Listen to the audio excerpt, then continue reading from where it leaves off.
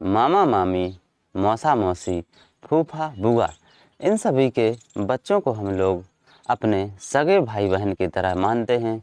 उनकी ख्वाहिशें पूरी करते हैं, उनकी सुरक्षा करते हैं। यदि उन्हें किसी चीज़ की ज़रूरत पड़ती है तो बिल्कुल सगे भाई बहन की तरह हम लोग उनकी जो ज़रूरत होती है उन्हें पूरी करते हैं और अपने घर में बहुत अच्छे तरीके से उन्हें रखते हैं।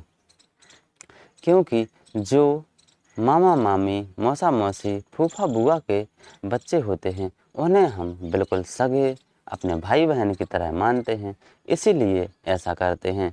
लेकिन जो मैं आप लोगों के लिए घटना सुना रहा हूँ, ये घटना भाई बहन के संबंध को तार तार करने वाली घटना है।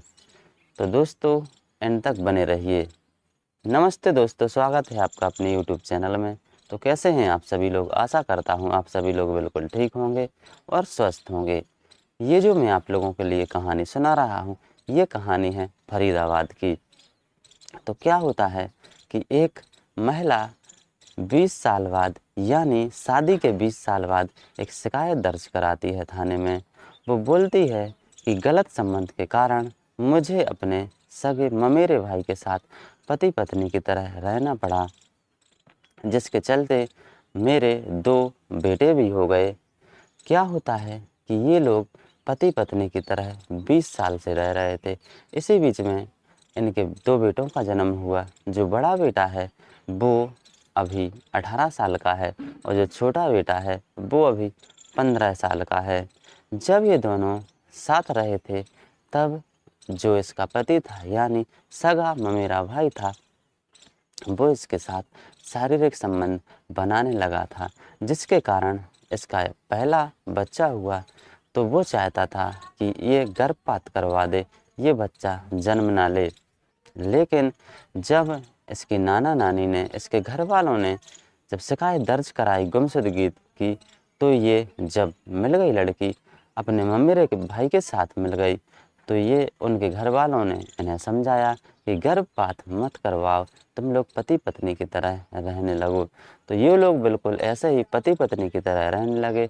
इन्होंने गर्भपात नहीं करवाया।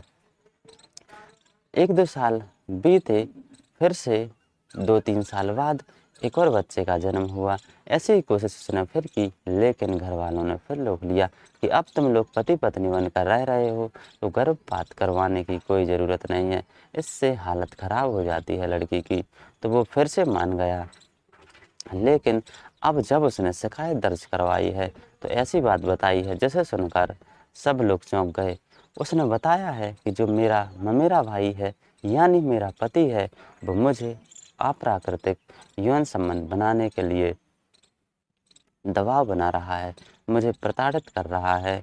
वो मुझसे कह रहा है कि तुम मेरे साथ इस तरीके से शारीरिक संबंध बनाओ, जैसा कि वो लड़की बोल रही है कि मैं करना नहीं चाहती हूँ उसके साथ, ऐसे शारीरिक संबंध बनाना नहीं चाहती हूँ उसके साथ, लेकिन वो मुझ पर दबाव बना रहा है। तो ये जब पुलिस ने बात सुनी तो पुलिस ने तुरंत ही मुकदमा दर्ज कर लिया। और जब पुलिस ने जांच की तो जांच में पाया गया कि जो आरोपी है वो जो उस लड़की की नानी का हिस्सा है यानी खेती, घर, ज़मीन, जायदाद है, उसके चक्कर में रंजिश बना रहा है अपनी पत्नी से। वो ये सोच रहा है कि ये जो प्रॉपर्टी है ये मेरी पत्नी को ना मिल जाए, क्योंकि वो जो लड़का है वो चाहता है कि पूरी प्रॉपर्टी मेरे पास ही रहे, मेरी पत्नी को बिल्कुल भी प्रॉपर्टी ना मिल जाए। इस वजह से वो तरह तरह के हथकंडे अपना रहा है कि ये अब यहाँ से भाग जाए और मुझे ये पूरी संपत्ति मिल जाए। लेकिन उस जो महिला थी यानी उसकी पत्नी थी, उसने जब मामला दर्ज करवाया तो पुलिस ने जांच की तो वो आरोपी पाया गया और उसे पुलिस ने हिरासत में लेकर उसको कार्रवाई के लिए भेज दिया। तो दोस्तों, ये जो घटना है ये घटना है फरीदाबाद की और ये बहुत बुरी घटना है। ऐसी घटनाएं होनी नहीं चाहिए।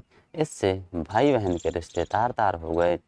जो ममेरा भाई होता है उसे सगे भाई की तरह माना जाता है। जो ममेरी बहन होती, फुफेरी बहन होती है, उसे सगी बहन की तरह माना जाता है, लेकिन इस घटना में ऐसा बिल्कुल भी नहीं हुआ है।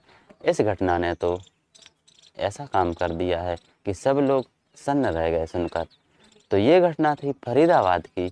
तो कैसी लगी आप लोगों के लिए कहानी पसंद आई हो तो प्लीज़ हमारे चैनल को सब्सक्राइब कीजिए, वीडियो को शेयर कीजिए, लाइक कीजिए, कमेंट कीजिए, बेल आइकन को प्रेस ज़रूर कीजिए। धन्यवाद।